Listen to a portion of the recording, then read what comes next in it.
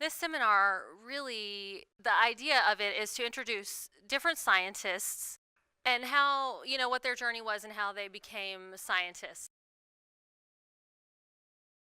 So we've invited Dr. Jeremy Jamieson from the University of Rochester Department of Psychology. He's an assistant professor. He'll explain more about his background and how he became what he is today. Thank you all for joining us today. And I hope that I don't think my background is particularly interesting, but I'll give you a little bit of story about where I came from, how I got interested in psychological science, and then touching on some of my research that we do right now in my lab, looking at the effects of stress on performance, and things that we can do to kind of maximize people's stress responses during performance situations. That's really one of the main focuses of what I do research on.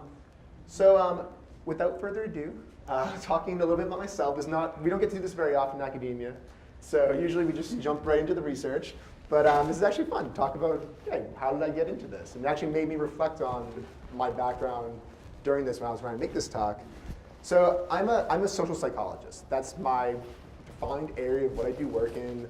I teach classes in social psychology, but a lot of my background is in biology. And so I kind of came from this biology background as an undergraduate and then kind of made my way into psychology from that side of things. So that you're going to see that it kind of cuts through a lot of my research I'm going to talk about today. But really in social psych, we study social factors. So things that people's interactions with other people or perceived interactions with other people. And how do these things affect health, decisions, emotions, performance, all the fun stuff that we want to study as psychological scientists. And another fun fact is I'm a first-generation college student. Neither of my parents went to college. And so those of you who maybe you're coming from a similar background who don't have kind of that immediate role models, like I'm used to that. And if you wanted to ask me questions about that, I think it's interesting. There's some very interesting personality research looking at different areas of the country and how people are in those areas. This is a study that was in the Journal of Personality and Social Psychology. And we were looking at extroversion. We all meet extroversion, people's outgoingness, willingness to connect with other people. Guess who's pretty low? People from New England. And so yeah, I'm a pretty quiet person. It's kind of something that I think is kind of interesting and amusing. But then on the other side of the coin, another big 5 personality trait, usually seen as a bad one, neuroticism. Who ranks really high in neuroticism? People from New England. So it's a wonderful combination of being really quiet and skeptical of other people, but then being highly neurotic too. So yeah, you can run a research lab and be a highly neurotic individual. I'm a living proof of that. Going into kind of how I got into psychological science and looking at questions of human behavior, a lot of it goes back to where I grew up. And looking at that was really interesting. So I grew up in Boston, and like most other 5-year-olds, I wanted to be a paleontologist. I really wanted to go look at dinosaurs, because dinosaurs are awesome, the greatest thing ever. But my specific environment growing up, and specifically the racial composition of my environment, really did a lot to promote how I got into science. So this is a map of Boston. I'm going to tell you that this map is made by the Cooper Center at Duke, so it's a public policy place. The 1 dot per person in the US, they color code the dots by race and ethnicity. Those of you familiar with Boston, which color do you think represents white people? Anyone have an idea? Oh, blue? Yeah, blue. Where I'm from Charlestown. Charlestown is a ton of blue. So I'm going to zoom into Charlestown, where I'm from. Ton of blue, everyone's Irish. Like I thought that like the entire world was Catholic until I actually had to take classes on religion when I was in school. Like I'd never met anybody that wasn't Catholic before, because everybody's Irish. I'm from like here. And so what this is the largest project complex in New England. So it's a gigantic project complex. There's a huge disparity a racial disparity between individuals in the project and those who live right outside of it. When I was growing up in Charlestown, it wasn't particularly nice. It's very, very nice right now. But in the early 90s, it wasn't particularly nice. It was a really kind of a rough area in of itself. But growing up here, I never went there, ever, set foot in the projects my entire life. I was told not to, specifically by my parents and by people, their friends and family. People just know not to go there. So you talk about things of like intergroup interactions. Like, yeah, I might have lived right next to people of different races, different cultures. I never interact with them, ever. Until I played sports in high school and realized, like, oh, like these are all my teammates and friends. And like, I realized how silly it was. And that it was something that you grew up your whole life being told a certain thing, and you realize that, hey, like these differences between these groups they don't matter. it took something like this, where it's such a striking change in a place. Like, you see this a lot in the US. So we talk about the US as a melting pot of societies and cultures, but really there's not a lot of intergroup contact. And this is why social psychologists were very interested in questions like race, prejudice, discrimination, all these things, because it still happens. And so even though there is, you would think that there'd be a lot of intermingling between the groups here, there's not.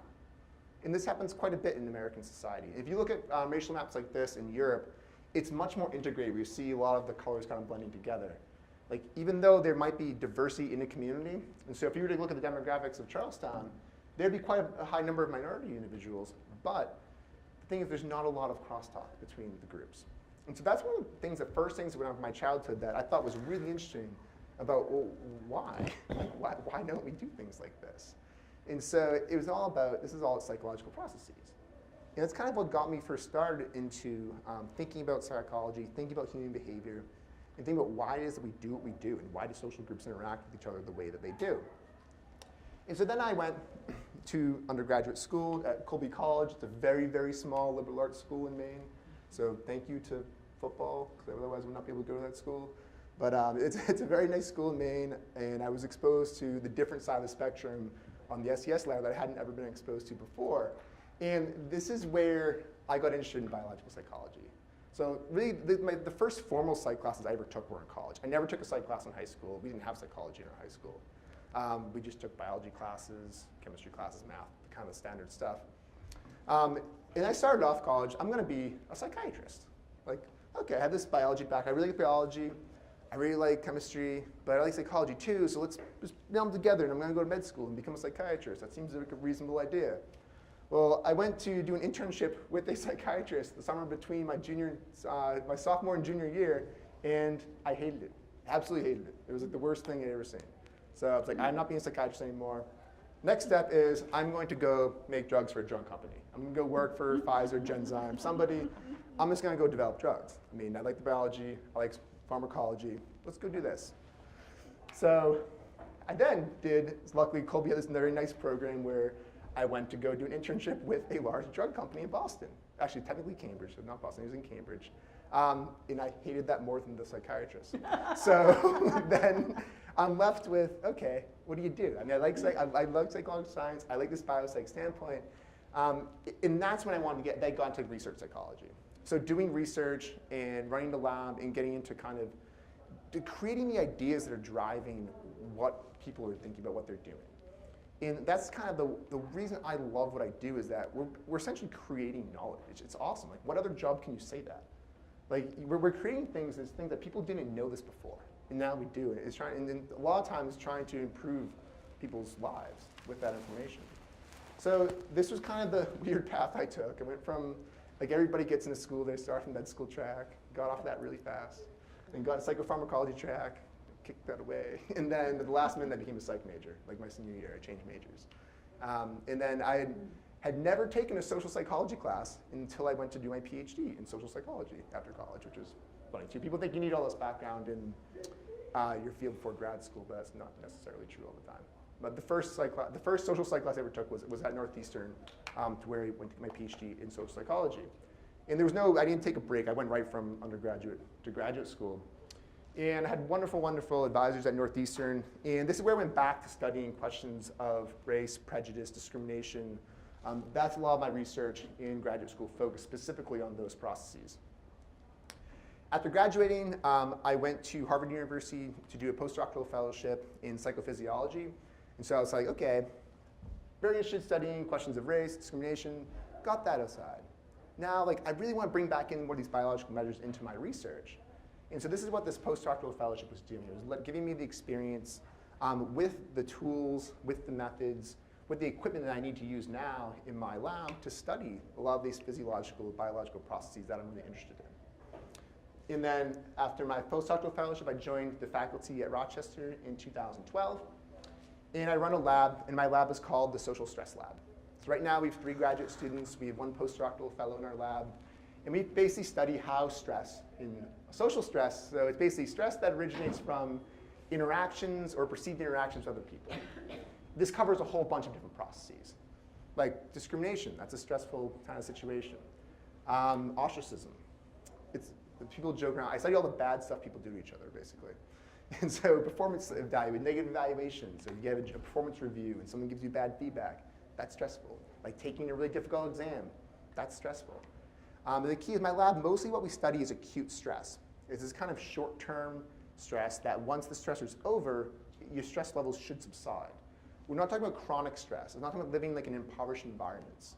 That's something that's more long-term, it lasts, and that's something that we study how acute stress can become chronic, but the main focus of my lab is studying acute stress processes. So we're going to look at a lot of research today on emotion regulation specifically. And so how does theory and processes from this field can inform what we're doing during acute stress situations and how we can use the psychological processes to actually improve our biological responses to stress. And so this is a fun thing where we can talk about, okay, changing something that's purely in the brain, so something purely psychological, has effects for not just behavior and performance, but for your biological functioning. And that's something that I hope you leave here today believing what I just said, because we're going to talk a whole lot about that. So to start off, I ask this question all the time when I talk about stress, because stress gets a bad rap. I mean, I'm sure you've all, I show the word stress, and people immediately have this negative feel about what stress is. And so we ask this question, what is stress? What is it really? Like, if you go back to the original definitions, Hans Selye, 1936, stress is a non-specific response to any demand for change. And the key words to take about, it's non-specific. It's not negative, it's not bad, it's just that you have to do something. So your body mobilizes resources to do that thing. Like, okay, you're not in homeostasis anymore. You're not relaxed. You have demands to address. Go address them. You're now in a stress state. So essentially, disrupting equilibrium is causing changes that's going to disrupt homeostasis, and then your body wants to get back to that state. It wants to get back to this homeostatic state. And so all of our physiological sicknesses we see, these aren't necessarily bad things. Like, we experience racing hearts. We experience sweaty palms. These aren't always bad. They can be very, very good. They can be very, very adaptive. And so the cognitive processes that happen before the experience of stress, they're integral in determining what kind of stress response we'll have. So we're going to talk a lot about different kinds of stress. Stress isn't just a unitary concept. It's multiple processes. So you can respond to the same event in a bunch of different ways. And we're going to talk about a lot of those different ways today. And the key thing is that how we think about stress matters for how we respond to stress. It's something that sounds simple and it sounds straightforward, but you'd be shocked at how much people don't ever consider this when they're in actually acutely stressful situations.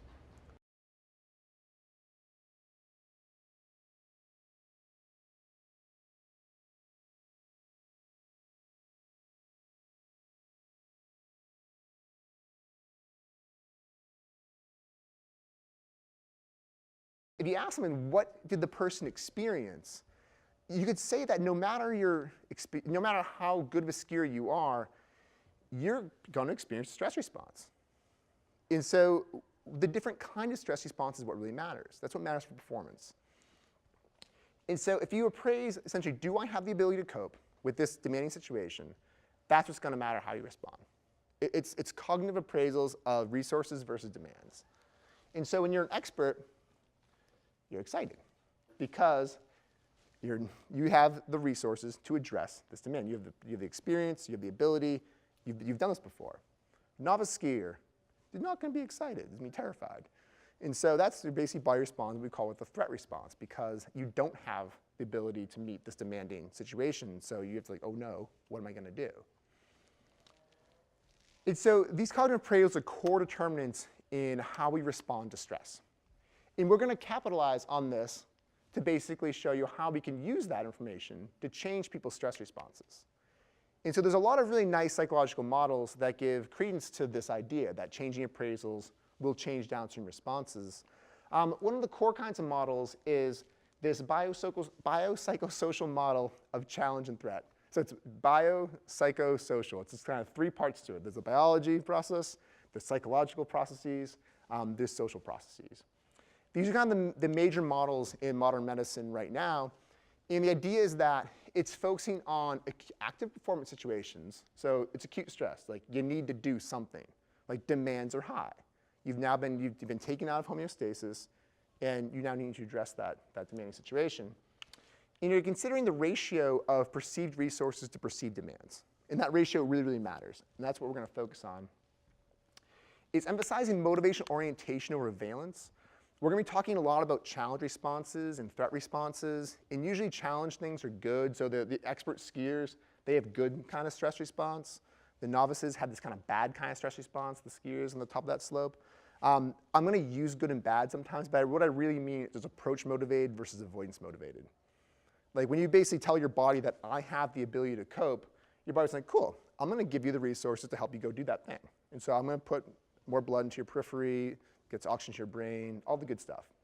Avoidance responses is like, oh no, I can't do this. Your body's like, okay, I'm going to limit damage to your body because I think you think that something bad's going to happen to you, so I'm going to try to make sure that damage is as little as possible. Because a lot of the stressors we have in modern society, they're mostly social. It's things like evaluation, like you lose social standing. Whereas these systems originally evolved to deal with physical stressors, like I might get eaten by something. Like, so when you're responding with these responses in our body, even though it's a social stressor, we're responding to it as if it was a physical stressor. Like evolution hasn't caught up to the fact that most of our stress is social now, not physical. So just keep that in mind. And what adrenaline delineates is two kinds of stress responses we're going to focus on. And I've already alluded to this. One is threat. Threat occurs when you don't have the ability to, so you don't appraise that you have the ability to meet the demands of the situation. You might objectively be okay, but if you don't think you do, according to your body, you don't. Like your sympathetic nervous system does not have eyes or ears. It doesn't know what's going on. The only way it knows what's going on in the world is what you tell it. So if you think you don't have the ability to cope, according to your body, you don't. And so that's what we respond with threat. And we see, essentially, we can't cope.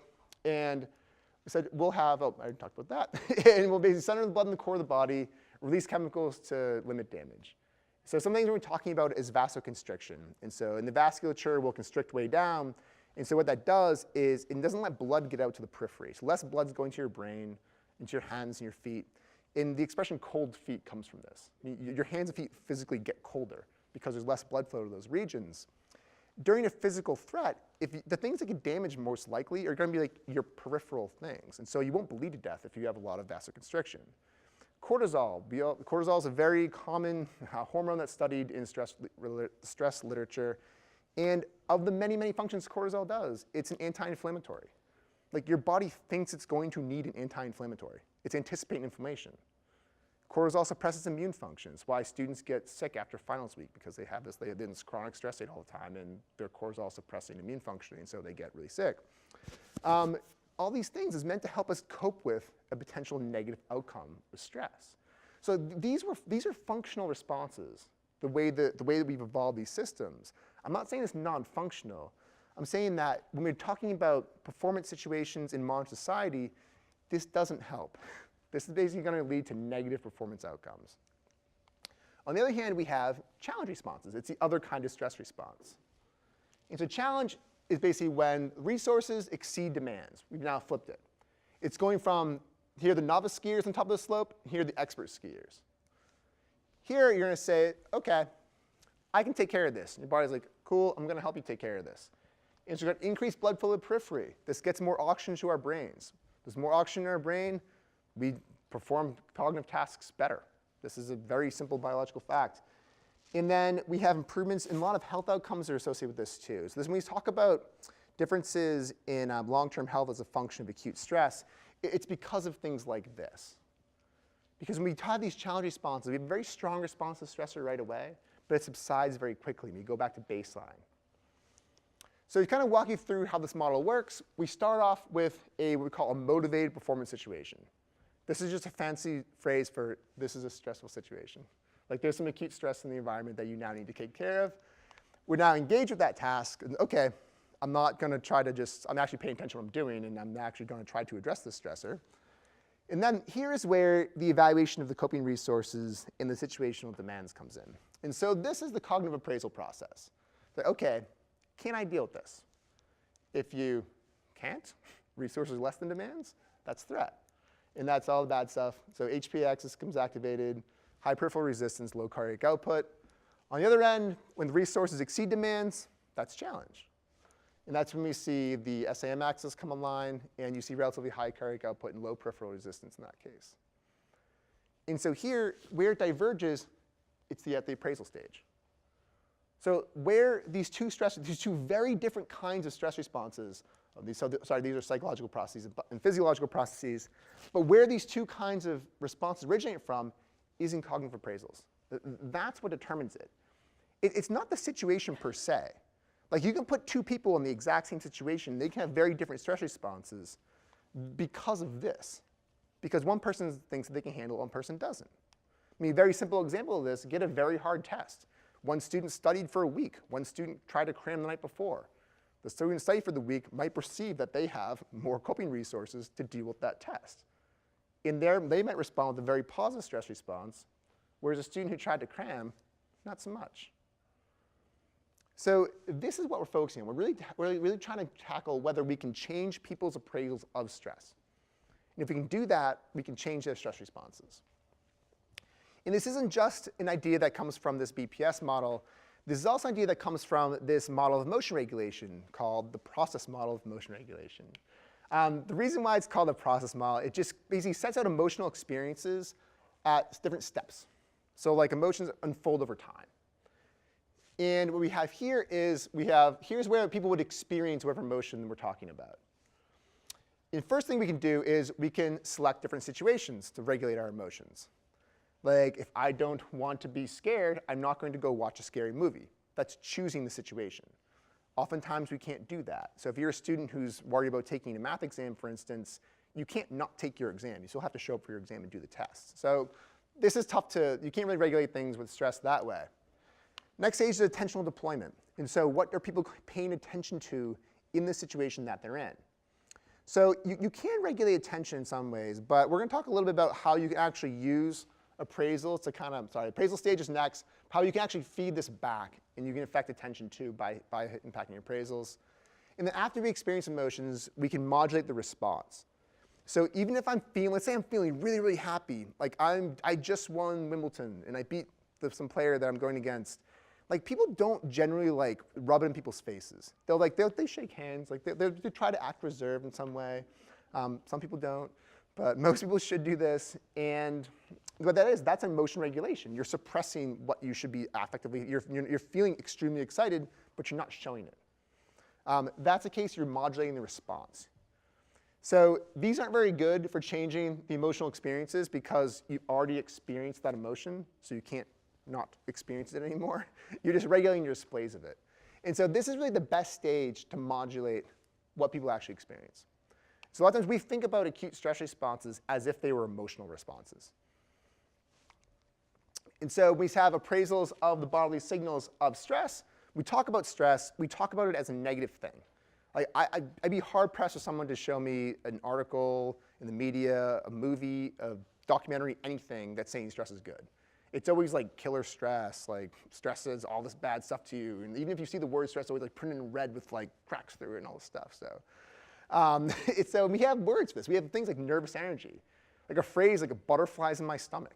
Like we have phrases that mean like bad stress response I'm having. Like this means I'm nervous. But we also have things that highlight stress responses that are good. We say I'm bursting with excitement. I'm amped up. But the thing is we don't generalize this to very many situations. These usually say for things like athletic contests or like action sports or like going bungee jumping or skydiving. We wouldn't say like, oh, I'm amped up to take this math test. But like really, like if you can do that though, like you could do that. And so what we want to do is we want to intervene here. We want to intervene at this appraisal stage to try to improve people's stress responses. So we want to say, okay, if we can change the appraisals, we can change the type of stress response, which have really important impacts on their physiological functioning and their cognitive performance. That's the general idea of what we're going to try to do here. So I'm going to talk about a couple of our studies. And what this led to is a development of what we call arousal reappraisal. This is just a fancy way of saying that people are reinterpreting the meaning of stress. And we call it this because we're seeing that people are perceiving their physiological responses to stress. Like people notice when they have racing hearts. And they kind of say, oh no, I'm feeling stressed. That means I'm nervous. I'm going to do poorly. It kind of leads to this cycle of events. And so we want to basically try to say, no, no, no, your physiological responses are good. They're not bad. Like, they're functional. Like, you need that.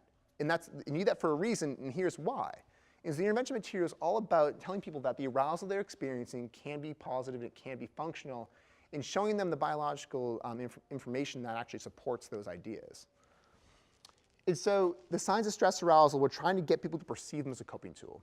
If people are perceiving their body's physiological responses to stress as something that helps them cope, then you're going to increase the ratio of that. We talked about resources to demands. You're bumping up that resource part. And so now it's like, okay, maybe I do have the ability. My body's helping me. This is a good thing. I have the ability to cope with this, and here I go. I can perform well. And so one thing that's really important to keep in mind is I'm going to talk about a lot of the research we're going to go over is that we're not trying to get rid of arousal. These interventions, these instructions we're giving people, we're not trying to make people less stressed. Like, nothing we're doing is trying to get people to be relaxed.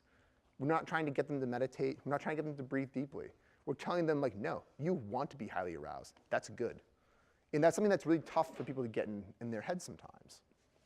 And so we're saying that you need sympathetic arousal. Your sympathetic nervous system exists for a reason. If you need to have an acute task demand you need to address, this bodily system is going to help you. And this is why it's there. And this is essentially what we need to get across to people. But that message is really hard to get across. Alison Brooks, she's a collaborator of mine. She works at Harvard Business School. She did a study looking at people's beliefs about different kinds of states going into stressful situations.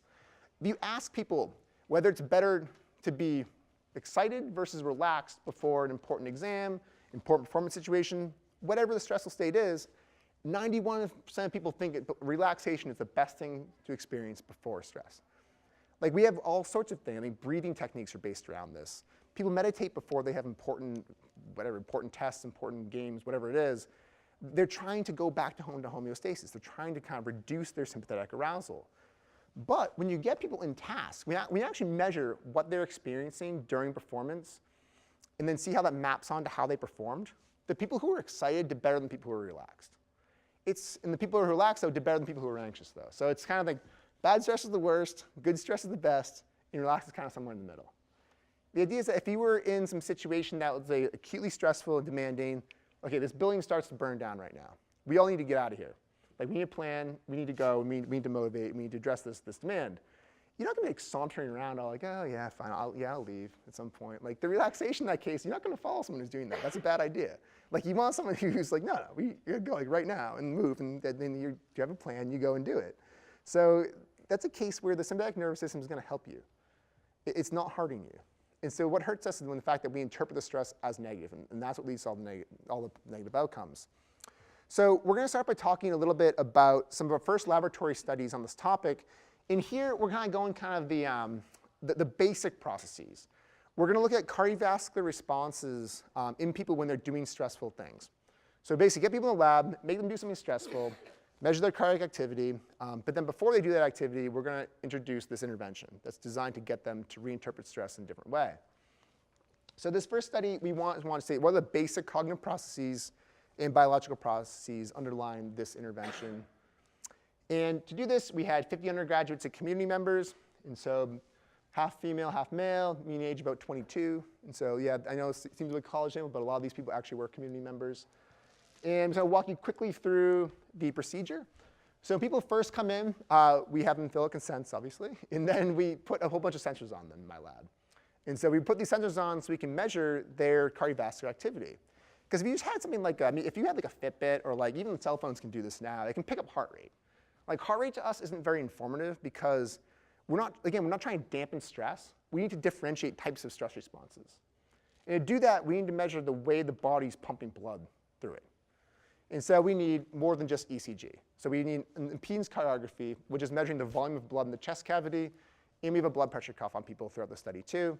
And so when people come in, they come in, we put the ECG sensors on. We just put one below the right collarbone, left torso.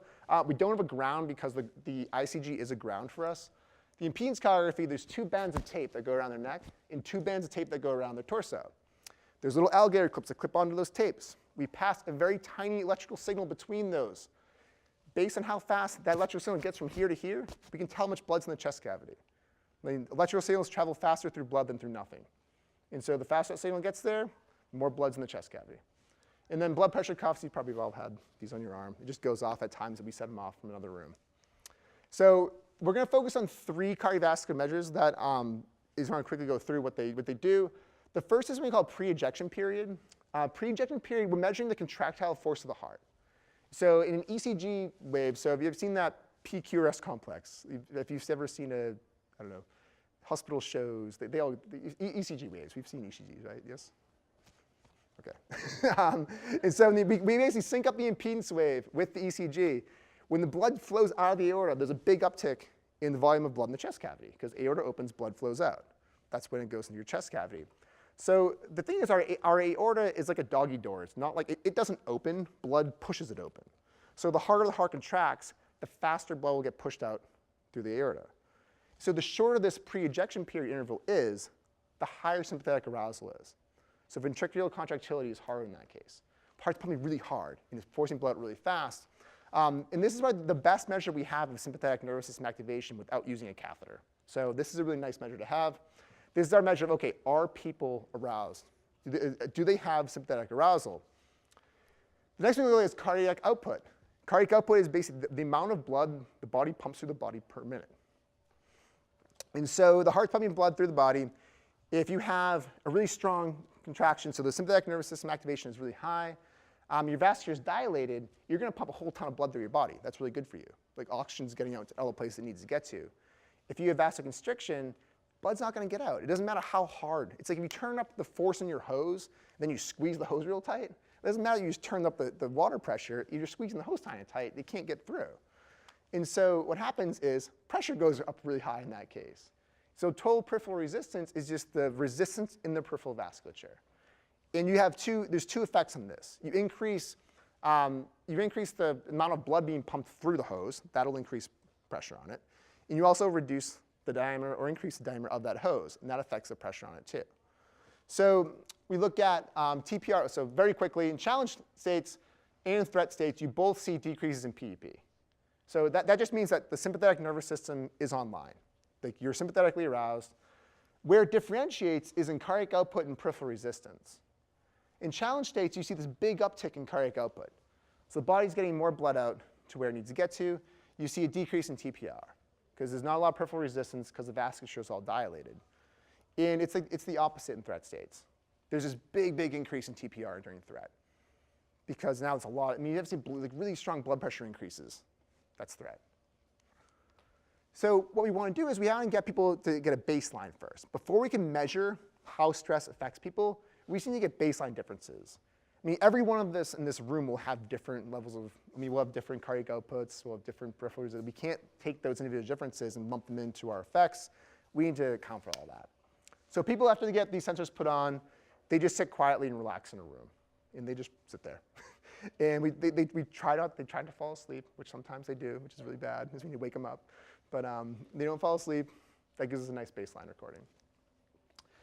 Then we tell them, OK, you're done with your baseline. Oh, you didn't know about this when you signed for the study, but you now need to do a public speaking task.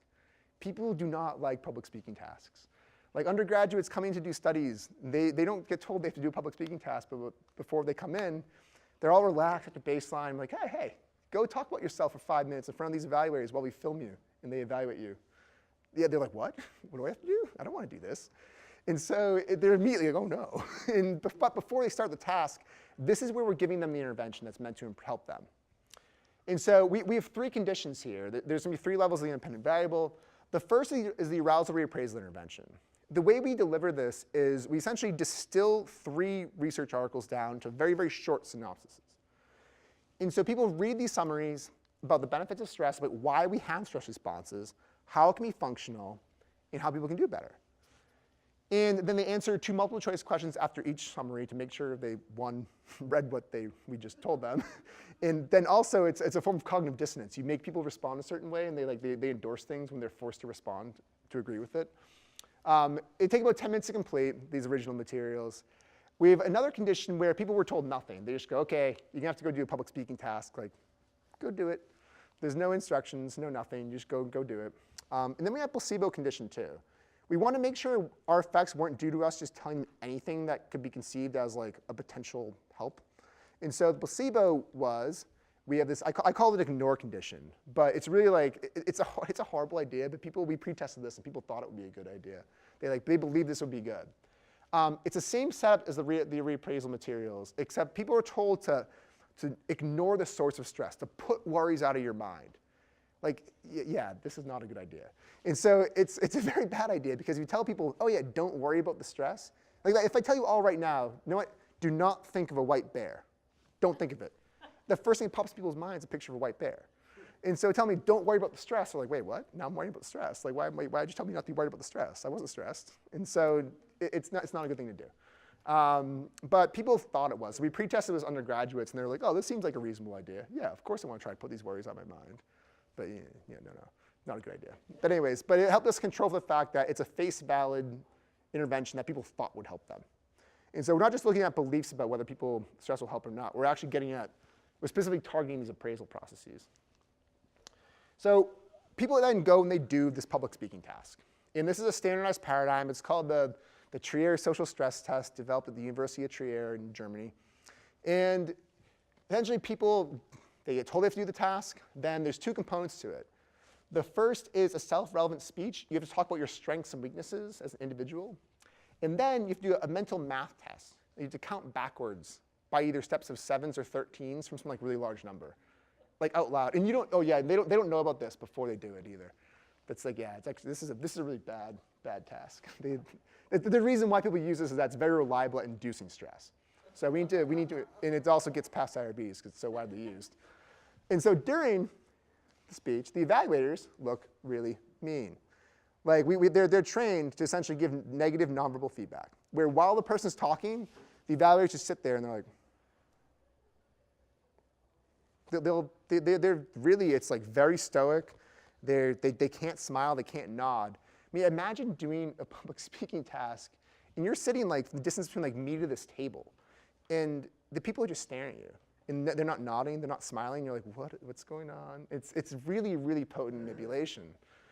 And so the reason why we use this is that this is kind of the standard way to activate the HP axis in the lab. And so we say, OK, if we can help people do better in this task, we can probably help them in any situation, because this is probably as bad as it can get in our studies. Then after they do this task, the speech is done, we have them do a measure we call attentional bias. And so we're looking at their vigilance for negative information. So being vigilant for emotionally negative cues, this can lead to subsequent negative responses down the road. So if I'm someone who's, let's say, I'm highly socially anxious, I'm out alone in a restaurant, I'm eating. People who have social anxiety disorder think other people are always watching them. And they're very vigilant for like evaluation they're going to get from other individuals. That's the root of anxiety disorders a lot of times, is this vigilance process. And so we wanted to see whether we could change appraisals during the speech task, improve response during that task, and then impact subsequent attention. That's why this is here. And the way we did this is we used an emotional Stroop task. Has everyone heard, did everyone know what the Stroop task is? No? I think this is like a psych. This is a psych thing. It's a task where the original Stroop task was it's a case where it's an inhibition task, where you're shown lists of words, and the words would be color words, like the word red, but the word red we printed in like blue ink. So your task was to name the ink color of all the words, but we have a tendency to read words. And so when we see red, people have a tendency to read red, not to say blue. So it's a very hard task. You have to inhibit the tendency to read on this task.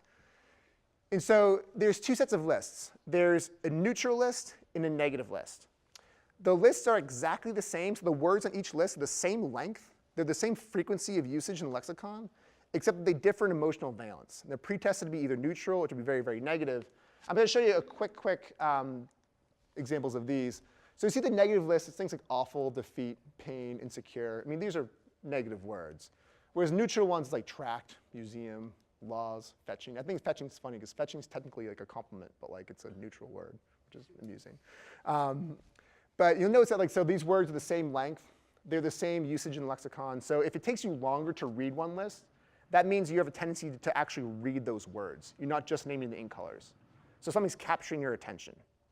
So we just take the time it takes you to read this list, The time it takes you to read that list, subtract it. If there's a difference, it means you're more vigilant for the words, those kinds of words.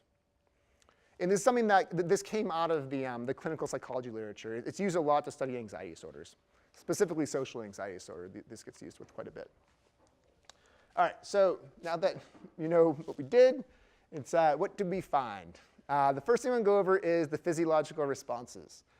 And so remember that when talking about this intervention, we didn't want to dampen down stress arousal. We wanted to keep people in this stressful state. We just wanted to change the type of response.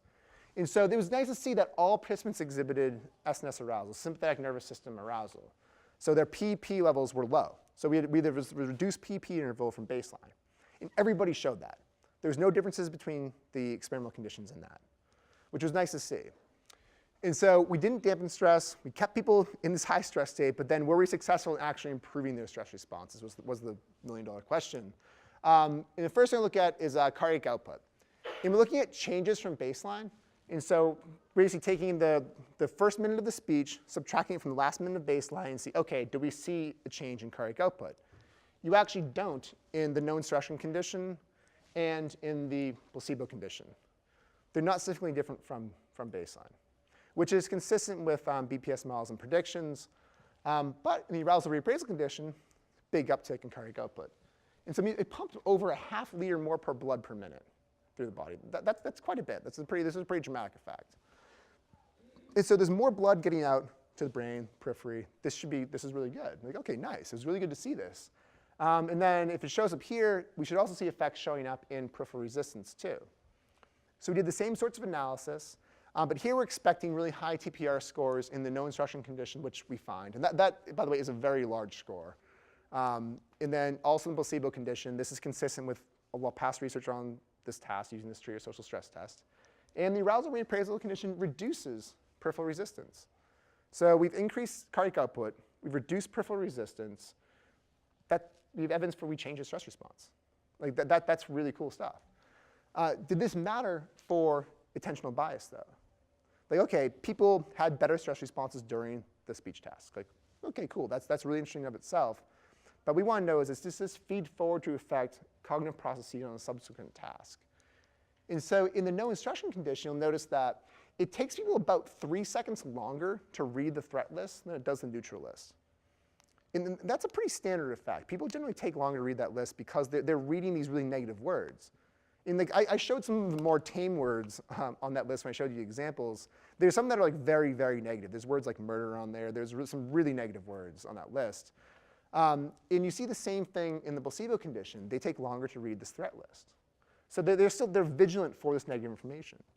So after being put in this kind of negative sort of stress state, this threat state, they're then vigilant for future emotionally negative cues. That means they're more likely to experience anxiety and threat in the future, and it kind of snowballs in on itself, and it kind of keeps going. We break it, though, in the reappraisal condition. It takes them, they're equally long to read the threat list and the neutral list. There's no effect. So these words, they're the same length, they're the same usage in lexicon. It shouldn't take you longer if you weren't paying to the emotional information, and people don't. They do much, much better. So this implies that this should help break that cycle and help people perform more long term. So this is really nice to see, but this is all just lab research. And I'm highlighting this that, yes, we do see improvements in physiological stress responses and in cognitive outcomes. And so the idea that we're trying to get across is that stress isn't bad, necessarily bad. This was our first test of this. Like, can we change a stress response? And yeah, we can. And that looks like, yes, we can do this. And the physiological effects are very important for health outcomes. You talk about these threat responses. When people experience these tend to linger. And so cortisol, I didn't report cortisol. We did take cortisol samples. So we had people spit into little tubes. We measured their levels of cortisol and their saliva. Yes, it's very fun and gross analysis. But and the thing is, cortisol peaks 20 minutes after stress. So it lasts a long time. Like when you turn on the HPA axis, it's a very conservative system. Once it's on, it kind of lasts. And that's one of the hallmarks of these threat responses is that they don't turn off very quickly. So even when the stressor's done, you don't go back to homeostasis right away. Like it lingers. And so that acute stress can turn to chronic stress. And that's where you see really bad outcomes happen. With these challenge responses, you return to baseline much more quickly. Like people have a very strong response to the stressor in the moment, but when it's done, you've addressed it, go back to relaxation, that's fine. And that's what the body does. It's very good at that. So that was nice to see. The cognitive effects are really important for future experiences of anxiety in subsequent performance situations. So if we can if we can affect the attentional processes, I mean, going back to that process model of emotion regulation, we now affect the appraisals, which actually happen after the attentional stage in that model, but it's more of like the appraisals at time 1 affect attention at time 2. And once you can kind of do that, you can kind of break these cycles of negative processes that are dealing with these appraisals and these attention. But the one thing that I want to highlight is that this is just in the lab. We have recorded the speech data, like the actual performance of people's speeches. And people do give better speeches in the arousal reappraisal condition. But it's one of those tasks where it doesn't have a ton of external validity. Like when are you ever giving public speeches to people you don't know and they're giving you negative feedback? It's kind of a weird situation. Luckily for me, a collaborator of mine, so Rodolfo Mendoza Denton, so he's at UC Berkeley. They've done replication of this research with stereotype threat. And so stereotype threat, they're looking at performance of stigmatized individuals on math tests. And so here, this is a paper that just got published in the Journal of Experimental Social Psychology. What they did is they looked at arousal reappraisal effects on math performance, and they were looking at women's math performance. So the stereotype that women aren't as good at math as men is, okay, what if we tell women this information? Will this help them? It's part of the reason why women aren't doing as well is because they're experiencing this negative sort of stress response when they have to take math tests. And that was their idea. So they just took our materials and they administered these materials to women before a math test. And they measured another physiological mechanism that I didn't measure in the other study. It was interleukin-6. It's a cytokine. When you have fevers, it causes fevers. And so it's one of those things that makes you sick. It's a thing, if you have a lot of this stuff floating around, that's not so good. And so what we say is that this immune marker of inflammation and plays a really important role in fever responses and lymphocyte production. So they're looking at whether the arousal reappraisal interventions can reduce these things too.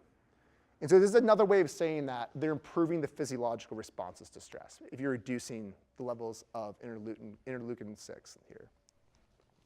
So what they found is, let me orient you this first. There's going to be basically 4 groups here. There's going to be orange groups and the gray ones. The orange are the controls. The controls in their study, they were just no instructions. They got no information. It was the same thing we did for our no instruction condition. It wasn't a placebo one. The gray bars are going to be the reappraisal ones. The no bias ones are going to be a solid line, and the stereotype threat ones are going to be a dashed line. So essentially, they told women that this test was gender biased. Like, your group does really bad in this test. Like, that's threatening to a lot of women doing math tests. Whereas this other one, they were told that men and women do equally on this test.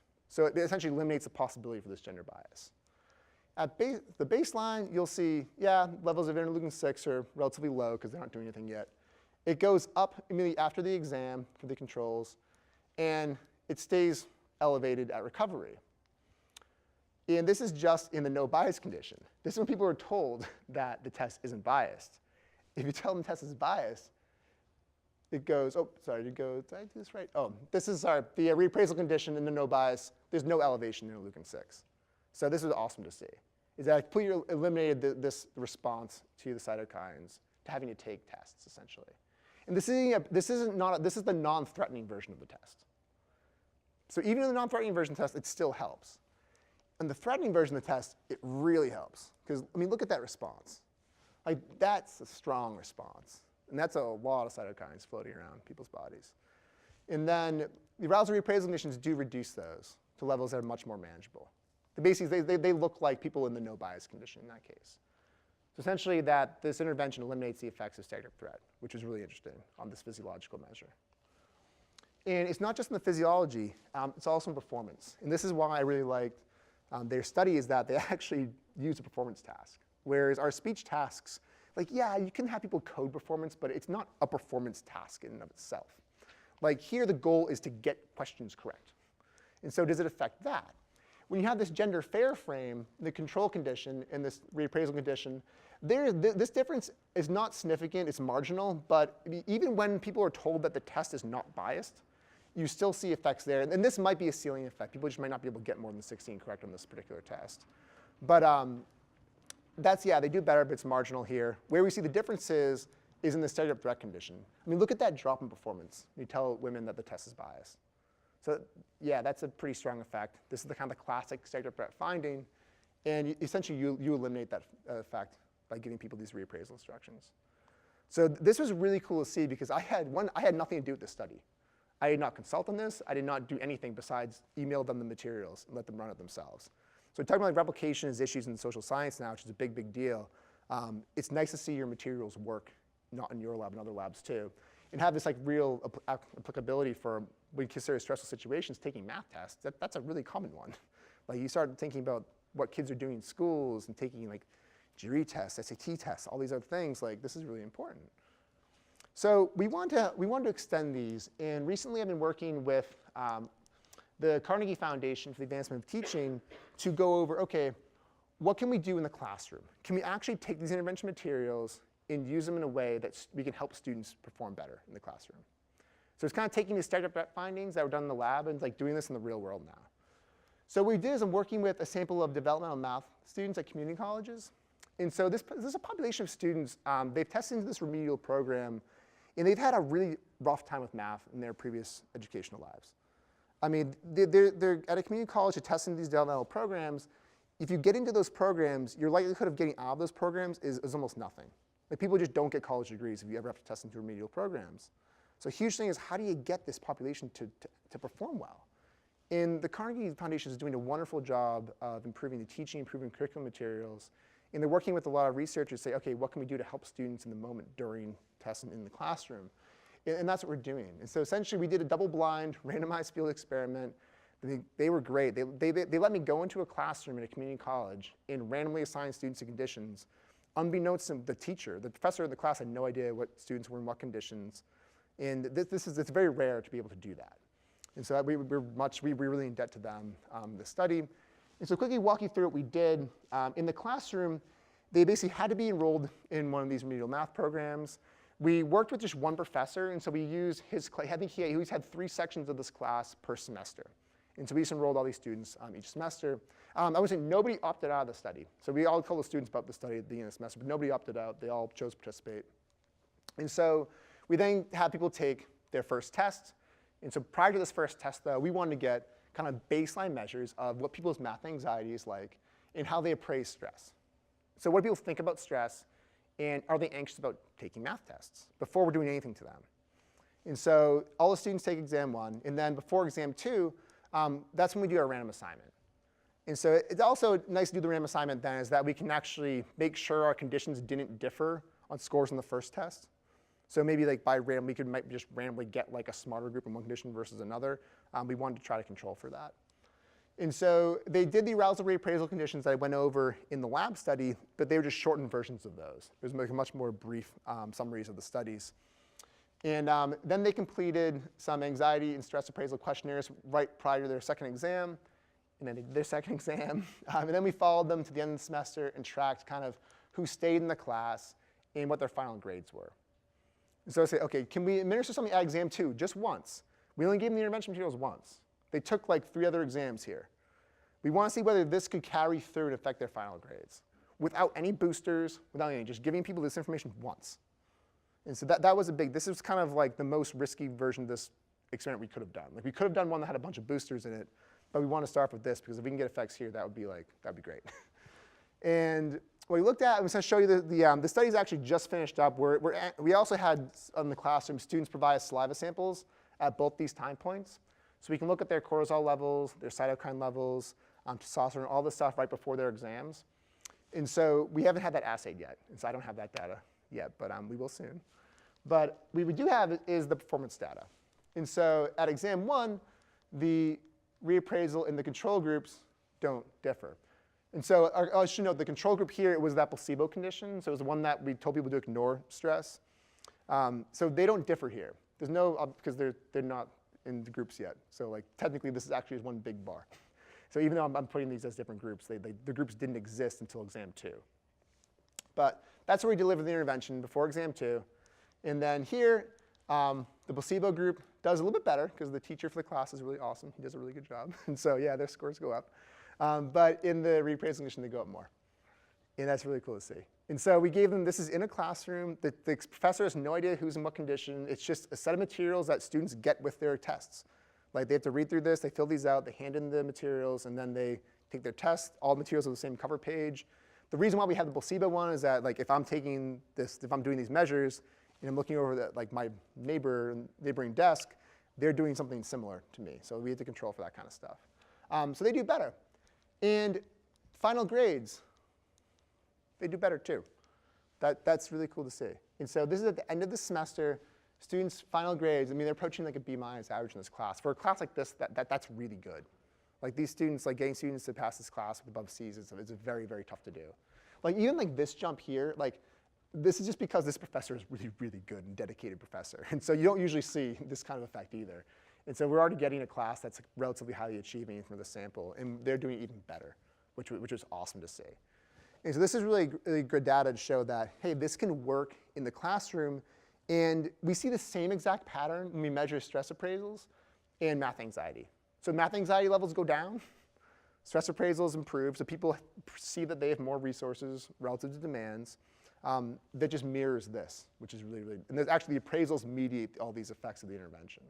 So like that's what we can say statistically that the reason why students in the reappraisal group did better was because they appraised stress more positively, which is, that's awesome. And then we're now just waiting for the physio data, and that's what we really need. Because once we get that, then we'll be in really good shape. So I'm talking a little bit, I'm gonna end on just talking a little about ongoing projects we have in my lab. Like kind of things that we're doing now and future directions. This will be just really briefly. And there's this group at Stanford that also is using the materials independently of me. And they're running this study with introductory psych students. So getting like an entire class of students, huge sample size. In that study, there's initial evidence that this works there too. So students randomly assigned to these conditions, they get the intervention materials in an email the night before their exams. And some students just randomly get sent this email. Those students tend to do better. So Stanford undergrads that this works with. It's not just developmental math students. Collaborating with UC Davis. And so here we're trying to do this with children. And so can we scale this intervention to actually make a difference earlier on in the educational system? I mean, a lot of what we're telling people, it's information that's about the biological responses to stress. In the first intervention materials we developed, they actually were relatively dense. Like we were talking about the sympathetic nervous system, norepinephrine. We were using all this like terminology that students might not know.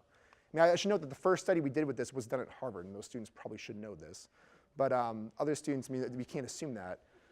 And here it's like interesting questions. How do you tell a middle school student that a stress response is good? And that's something that Carnegie helped me with a lot. They've been a wonderful, wonderful collaborator with this. And we essentially tried to develop, so we have neuroendocrine measures, all this fun stuff. But we're trying to develop things like this, like pictures and like videos and like pop-up things. And so there's like basically, this is like a simplified version of what we have. But it's a picture of like a student taking a test. And they scroll the mouse, it's actually an iPad, and they scroll their finger over and they click on different parts of the person. And like the brain pops up, like, hey, this is what stress does to your brain. It's fuel, oxygen is gonna help you. And so we have to try to find out ways to like talk about what the response is, but without using like all of our bio-jargony terms that we normally use. It's much more challenging than you'd think. And with little kids, we've gotten them, they understand if you have like a person like running away from something that could hurt them versus like taking something on, attacking, they get that. And so we're trying to start using animations and pictures in some of our new research. And really what we're trying to do is like actually go into the classroom and try and make differences in applied settings, which is a big step for me. Most of my research is mostly just basic processes. And so this was like a fun thing to do, to actually work with like students in a classroom and shit and see that like, hey, look, these students did better. That was really cool. And one side I didn't talk about is we did a study with Harvard students looking at their GRE scores, not just on practice GRE tests, like the actual GRE, and this helps math performance. And so there's a thing where this kind of intervention helps what we call active processing tasks, like things like math, things you need to do something to the information, like you actually need to compute things. A lot of the verbal questions on the GRE are like things like antonyms, like it's like if you know the word or not. It's recovery from long-term storage. And so this doesn't help a ton with that. So it doesn't help recalling things from long-term memory. It helps active processing. And so that's kind of one caveat that I think we've been finding with these kinds of effects, is that all the tasks we've been using involve active processing in some way.